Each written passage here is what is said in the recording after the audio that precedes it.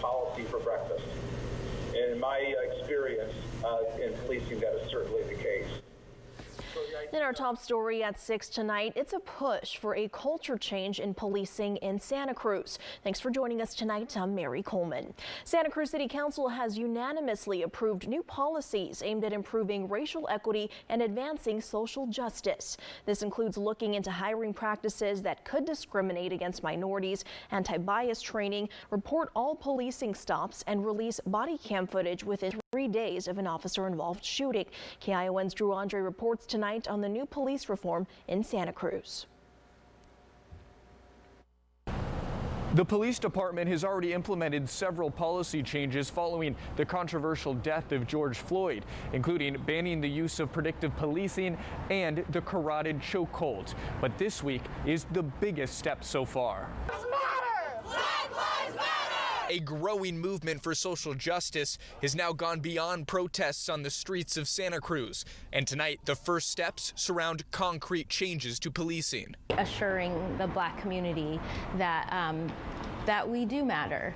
And what's good for the Black community is good for everybody. So Joy Flynn is one of several Black leaders in the community that have spent the last several months meeting with Police Chief Andy Mills and Mayor Justin Cummings to make systemic policy changes in the police department. More than 20 new policies were approved this week, like seeking city approval before any military-type equipment is purchased by the department. And police now have to intervene if they see another officer use excessive force. To put policy into place to make people slow down, make people think about how they respond to certain situations. And to make sure that in order to change them, it would have to go back through council. And that becomes a much more difficult process.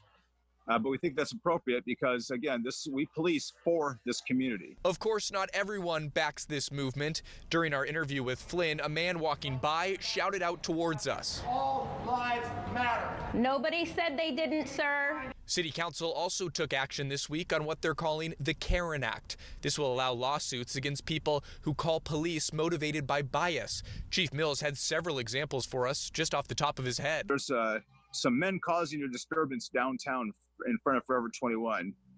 What are they doing? They were handing out CDs because they were called on because they're Black. This is going to be an ongoing thing because it's a culture shift.